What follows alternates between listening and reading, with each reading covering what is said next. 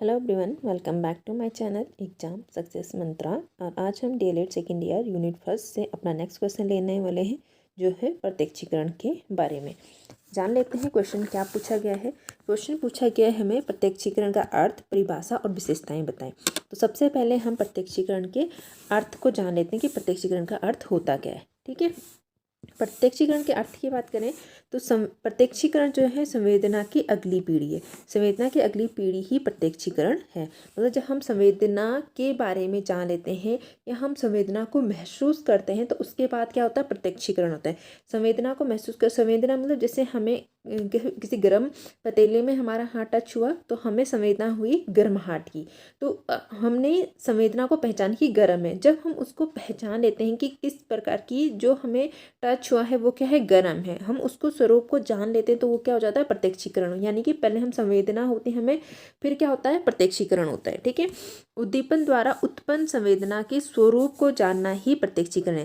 उद्दीपक क्या था, मेरा पतीला था, वो गर्म वस्तु थी। उसकी संवेदना जो हमारे हाथ पे टच हुआ, हमने जाना कि गर्म है, कितना गर्म है, उसके स्वरूप को हमने जान लिया तो वो क्या हो गया, हमारा प्रत्यक्षीकरण हो गया, है ना। जैसे अगर हम, जैसे छोटा बच्चा है तो कोई उसको गर्म है, उसका हाथ उस पर टच हो रहा है, उसे पता है कि मुझे ये दर्द दे रहा है, बट उसे ये नहीं पता कि इसका स्वरूप क्या है, गर्म है, ठंडा है, चुभन है, क्या है, इस तरह का स्वरूप नहीं पता होता है। तो बस हमें ये पता है कि ये चीज़ मुझे तकलीफ़ दे रही है या इससे मैं कुछ फील कर रहा हूँ जो मुझे अच्छा नहीं लग रहा है, तो वो उस समय क्या होती है, सिर्फ हमें संवेदना होती है, हमें उसके स्वरूप के बारे में पता नहीं होता है। ठीक है, तो जब उसके स्वरूप के बारे में पता हो गया तो मतलब हमें प्रत्यक्षीकरण हो गया उस उद्दीपक का। आगे जान लेते हैं। हमारे चारों ओर वातावरण में अनेक वस्तुएं विद्यमान होती हैं। ठीक है, बहुत सी वस्तुएं, जैसे कहीं पेड़ हैं, पौधे हैं, पशु हैं, पक्षी हैं, कहीं निर्जीव वस्तु जैसे टेबल है, कुर्सी है, बेड है, बहुत सी वस्तुएं हैं। ठीक है, और अनेक घटनाएं घटित होती रहती है। कहीं कोई मर रहा है, कहीं कोई पैदा हो रहा है, कहीं एक्सीडेंट हो रहे हैं, कहीं शादी हो रही है, कहीं कोई दूसरे प्रोग्राम्स हो रहे हैं, है ना। तो बहुत सी घटनाएं घटित होती रहती हैं। हमारी ज्ञान इंद्रिय लगातार इनके संपर्क में रहती है। जो भी चीज़ें हमारे चारों ओर हो रही हैं, हमारी ज्ञान इंद्रिय लगातार उनको महसूस कर, देख रही होती, सुन रही होती, सूंघ रही होती, महसूस कर रही होती हैं। ठीक है, और जब यह संपर्क होता है, जब हमारी ज्ञान इंद्रियाँ इन घटनाओं के संपर्क में होती हैं तो हमें क्या होती है, उन घटनाओं से रिलेटेड संवेदनाएँ होती हैं। ठीक है, जब इन संवेदनाओं के स्वरूप को जान लेते हैं, जो संवेदनाएं हो रही हैं हम उसके स्वरूप के बारे में जान लेते हैं, तब हम क्या करते हैं, उद्दीपक का हमें पूर्ण ज्ञान, जो उद्दीपक है, जो वो घटनाएं, उद्दीपक में जो घटनाएं हैं उसके बारे में हम पूरा नॉलेज ले लेते हैं कि ये घटनाएं क्यों हो रही हैं, कैसे हो रही हैं, सब कुछ जान लेते हैं। और वो जानना, जब हम उसको जान लेते हैं उसी को क्या कहते हैं, प्रत्यक्षीकरण कहते हैं। मस्तिष्क के इस ज्ञानात्मक भाव का, जो नॉलेज हम प्राप्त कर लेते हैं, उसी को प्रत्यक्षीकरण कहा जाता है। आई होप आप प्रत्यक्षीकरण समझ गए होंगे कि प्रत्यक्षीकरण क्या होता है। ठीक है, प्रत्यक्षीकरण में केवल एक ही संवेदना काम नहीं होती। ऐसा नहीं कि हम देख रहे हैं तो सिर्फ हमारे देखने की संवेदना उसमें काम करी, उसमें एक से, जब प्रत्यक्षीकरण होता है तो एक से अधिक संवेदनाएं एक साथ काम करती हैं। ठीक है, कई बार जब हम किसी वस्तु का प्रत्यक्षीकरण करते हैं तो उस वस्तु की संवेदना में कई अन्य गुण शामिल होते हैं। उस वस्तु की संवेदना में, जैसे माना हम कहीं पे हमने आम देखा, तो हमने सिर्फ आम को देखते नहीं हैं बल्कि उसके दूसरे गुण की, उसका कलर हमारे सामने आता है, उसका स्वाद आता है ना, उसका रसीलापन आता है, तो वो सब चीज़ें, उसके जो बाकी गुण होते हैं वो भी हमारे सामने आने लगते हैं। किसी वस्तु के अनुभव वस्तु के सामने आने पर सक्रिय हो जाते हैं। जो हमारे पुराने अनुभव होते हैं किसी वस्तु के लेके, जैसे आम के लेके हमने पहले कभी आम खाता तो उस समय के जो हमारे अनुभव होते हैं, तो जैसे ही हम दोबारा कभी भविष्य में दोबारा से उस वस्तु को देखते हैं, माना हमने आम को दोबारा से देखा, तो आम से रिलेटेड जो हमारे पुराने अनुभव होते हैं वो सामने आ जाते हैं, जो कि संवेदना का काम करते हैं। चाहे वह संवेदना के ही अनुभव क्यों नहीं, चाहे वो अनुभव जो हमारे संवेदना के क्यों ना हो, तो वो हमारे दोबारा से हमारे सामने आ जाते हैं।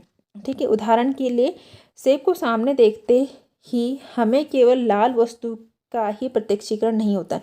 जैसे हमने सेब देखा तो हमें ये नहीं कि हमें कोई लाल वस्तु दिख रही है, बल्कि सेब का स्वाद, गंध का भी अनुभव होता है। जो हमने पहले उसका स्वाद, गंध है, वो भी हमें महसूस होने लगता है, चाहे हमने उसे चखा नहीं हो प्रेजेंट टाइम में। ठीक है, अतः सेब को देखते ही सेब के स्वाद, गंध आदि क्या हो जाते हैं, जागृत हो जाते हैं। यही क्या है, हमारा प्रत्यक्षीकरण है।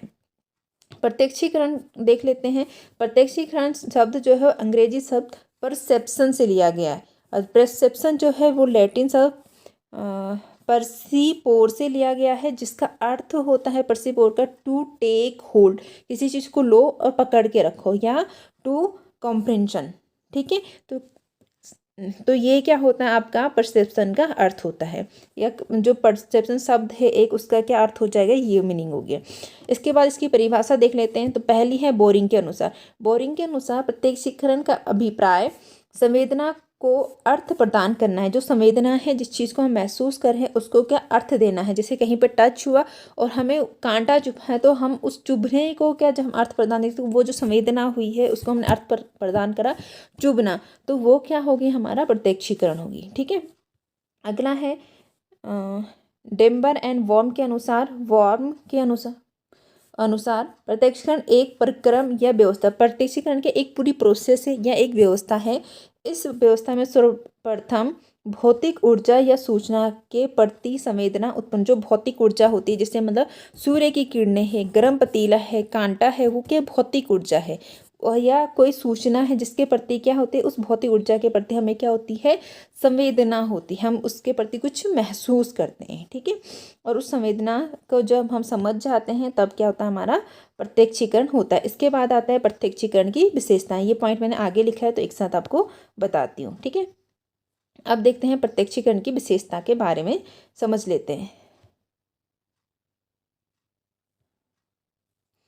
प्रत्यक्षीकरण की विशेषता, पहली विशेषता है प्रत्यक्षीकरण हमें बाहरी पदार्थों का ज्ञान देता है, जो हमारे अंदर से बाहर है, जो बाहर समाज में है, वातावरण में, उसके बारे में नॉलेज देता है। जैसे हम किसी कुर्सी को देखते हैं तो हम ये जान लेते हैं कि ये क्या कुर्सी है, पहले हमें किसी ने बताया होगा कि ये कुर्सी है, तो दोबारा जब हमारे सामने आते तो हम समझ जाते कि ये क्या है, इसको क्या कुर्सी बोलते हैं, कुर्सी बोलते हैं।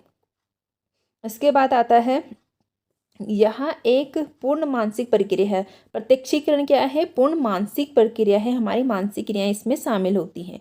इसमें संवेदना एवं प्रतिभा दोनों शामिल होती है। मानसिक क्रिया तो संवेदना तो काम करती ही करती है, साथ में हमारी प्रतिभा भी उसमें काम करती है। ठीक है, इसमें संश्लेषण और विश्लेषण दोनों प्रकार की क्रियाएं शामिल होती है। संश्लेषण मतलब जो भी हम महसूस कर रहे हैं, जो भी हम जान रहे हैं, उसको एक इकाई के रूप में जानना। जैसे कहीं पर चुभन हुई तो चुभन को एक इकाई के रूप में जानना है ना। चुभन में क्या हुआ होगा, किसी वस्तु पे हमारा हाथ टच हुआ, हमारी स्किन में लगा, हमारी क्या मांसपेशियों तक गया, फिर ब्रेन तक गया, और ब्रेन ने महसूस किया है कि हमें चुभन हुई है। तो ये क्या हो गया, सब हम एक इकाई के रूप में लेते हैं। तो संश्लेषण, विश्लेषण, जब हम उस चुभन को छोटे छोटे टुकड़ों में तोड़ दें तो विश्लेषण होता है। ठीक है, तो मतलब इसमें संश्लेषण और विश्लेषण दोनों प्रक्रियाएं क्या होती, शामिल होती हैं।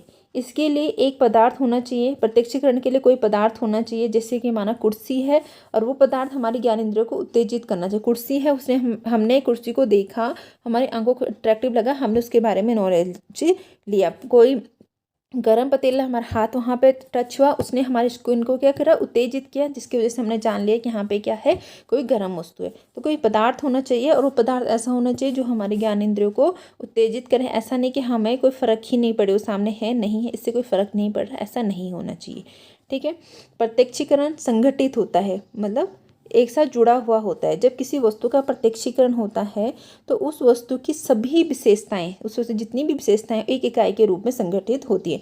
जैसे कि हमारे सामने सेब था, तो सेब की जितनी भी विशेषताएं, सेब क्या लाल रंग का है, गोल है, मीठा होता है, उसमें ऐसा चिक्कर होता है, उसके अंदर बीज होते हैं, वो सब क्या, उसके जितने भी गुण हैं वो एक साथ आते हैं, तो एक साथ मिलके वो सेब बनता है। तो मतलब उसके जितने भी गुण हैं वो क्या आपस में संगठित होता है।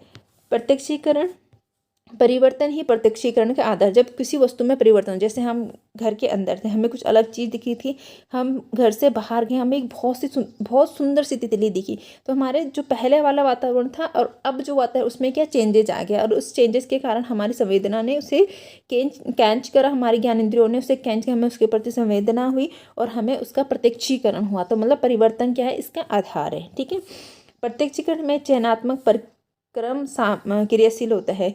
मतलब हम किसी चीज़ को सेलेक्ट करते हैं कि हमारे लिए क्या इंपॉर्टेंस है, क्या इंपॉर्टेंट नहीं है, सभी चीज़ों के प्रति हम अपना ध्यान नहीं देते हैं। ठीक है, तो मतलब प्रत्यक्षीकरण क्या एक सिलेक्टिव प्रक्रिया है। हमारी ज्ञानेंद्रियों को बहुत से उद्दीपक क्या करते हैं, प्रभावित करते हैं। ठीक है। उद्दीपक समझ रहे हो? उद्दीपक मतलब जिसकी तरफ हम अट्रैक्ट होते हैं, ठीक है, जो हमें अपनी ओर ध्यान केंद्रित करता है, चाहे वो हाँ पूंछा के करे, चाहे वो अच्छा लग के करे, कैसे भी करें, तो वो सब क्या है, हमारे लिए उद्दीपक है। तो हमारे ज्ञानेंद्रियों को बहुत से उद्दीपक प्रभावित करते हैं। इनमें से कुछ का ही चयन होता है। क्यों होता है ऐसा? क्योंकि हमारे प्रत्यक्षीकरण की जो सीमा होती है वो सीमित हो, प्रत्यक्षीकरण की जो क्षमता है वो क्या है, सीमित है। मतलब हम ऐसे नहीं कि हर चीज़ को महसूस करने के बाद उसे याद रख सके, ऐसा नहीं होता है। हम एक टाइम में कुछ ही चीज़ों पर अपना ध्यान केंद्रित कर सकते हैं। अगला एंड लास्ट पॉइंट है पुराने अनुभवों के अतिरिक्त प्रत्यक्षीकरण में संज्ञानात्मक प्रक्रिया भी शामिल होते हैं। जब प्रत्यक्षीकरण होता है, हमारे पुराने जो अनुभव हो तो काम करते हैं, साथ में हमारे संज्ञानात्मक प्रक्रिया, जो हमारी प्रेजेंट मेंटल एबिलिटी है, जो हमारे ज्ञानात्मक क्षमता है, वो भी उसमें काम करती है। ठीक है। प्रत्यक्षीकरण एक उच्च स्तरीय प्रक्रम है। इसमें उच्च मानसिक क्षमताओं की जरूरत पड़ती है। अनेक मनोवैज्ञानिकों ने स्पष्ट किया है कि स्मृति और चिंतन जैसे प्रक्रम भी प्रत्यक्षीकरण में कार्यरत होती है। ये भी प्रत्यक्षीकरण में काम करते हैं। इसमें सहचार्य के महत्व को नज़रअंदाज नहीं कर सकते। मतलब जो प्रत्यक्षीकरण है उसमें बहुत सारे फैक्टर आपस में काम करते हैं, एसोसिएट होते हैं, जुड़े होते हैं, तब जाके हमें प्रत्यक्षीकरण होता है। तो इसी के साथ हमारा लेक्चर कंप्लीट होता है।